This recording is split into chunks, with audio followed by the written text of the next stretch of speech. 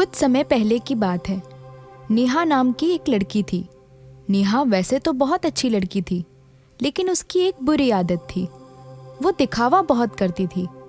एक दिन जब वो अपने दोस्त के साथ स्कूल के ग्राउंड में बैठी हुई थी, तभी नेहा ने टीना से कहा, तुम्हें पता है, हमारे घर में एक नया कंप्यूटर आया है। हम उसे जो भी कहते हैं वो फटाक से कर देता है। और पता है, इन छुट्टियों में मेरे पापा नई महंगी कार भी लेने वाले हैं। टीना नेहा से कहती है, नेहा, तुम बहुत लकी लड़की हो। नेहा सच में एक लकी लड़की थी, क्योंकि वो बहुत अमीर घर से थी। लेकिन एक चीज ऐसी थी जो उसके पास भी नहीं थी, जिसकी वजह से वो उदास रहा करती थी। एक दिन जब उसका बर्थडे था, तब वो अपने कमरे में उदास बैठी थी। मेरे मम्मी पापा कितने अमीर हैं, पर इतनी अमीरी का क्या फ़ायदा। हमेशा वो काम में व्यस्त रहते हैं और मेरे लिए उनके पास बिल्कुल भी समय नहीं रहता। मैं दुनिया देखना चाहती हूँ, मैं घूमना चाहती हूँ, हर जगह जाना चाहती हूँ।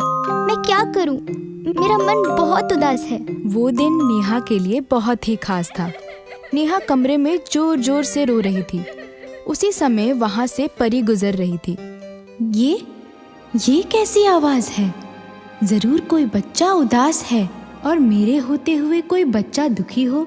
ये कैसे हो सकता है? मुझे जाकर देखना चाहिए। हेलो नेहा। कौन हो तुम और मेरा नाम कैसे जानती हो? मैं बच्चों की परी हूँ। मैं हर बच्चे का नाम जानती हूँ और मैं हमेशा घूम घूम के पता लगाती हूँ कहीं कोई बच्चा दुखी तो नहीं है।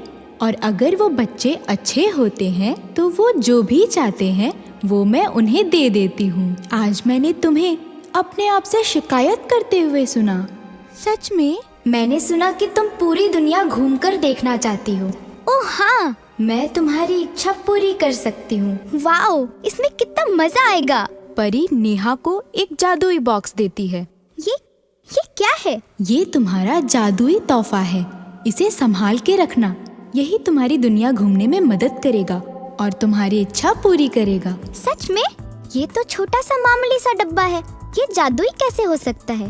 हंसते हुए परी ने नेहा से कहा, ये रख लो, यही तुम्हारी इच्छा पूरी करेगा। लेकिन याद रखना, ये बड़ा ही खास डब्बा है। इसे तुम्हें छुपा कर रखना होगा। इसके बारे में तुम किसी से भी कुछ नहीं कह सकती। अगर तुमने किसी को बताया तो इसका नतीजा बहुत ही बुरा हो सकता है।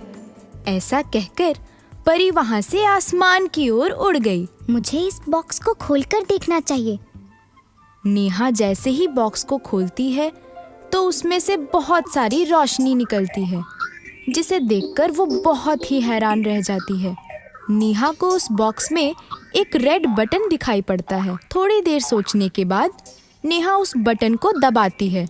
बटन दबाते ही नेहा हवा में तैरने लगती है और जैसे ही वो अपने पैरों की ओर देखती है, उसे एक सुंदर सा कारपेट नजर आता है।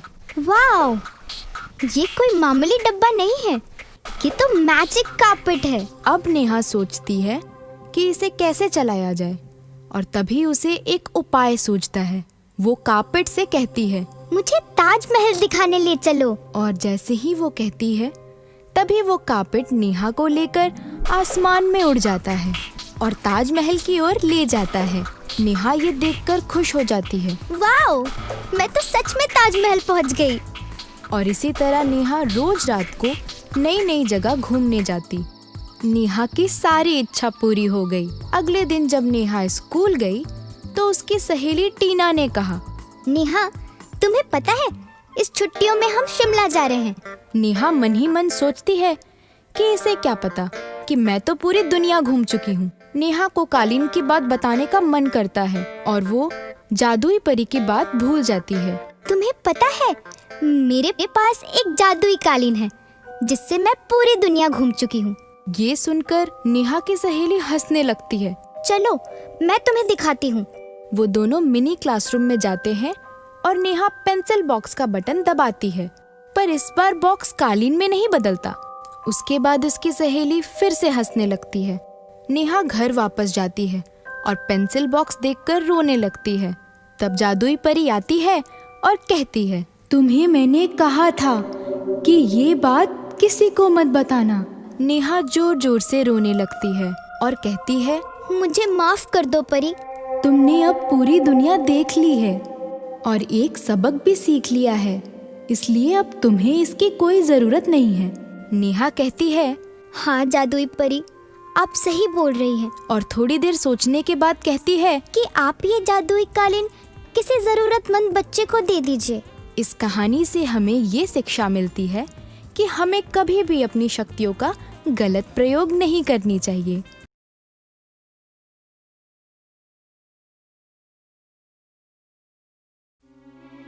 कुछ समय पहले की बात है। एक गांव में एक छोटी सी लड़की रहती थी जिसका नाम रानी था। वो बहुत ही बुद्धिमान और मेहनती लड़की थी।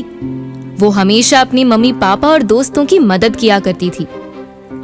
एक दिन की बात है, रानी घर में अकेली थी और उसे अचानक बाहर से कुछ रोने की आवाज आने लगी।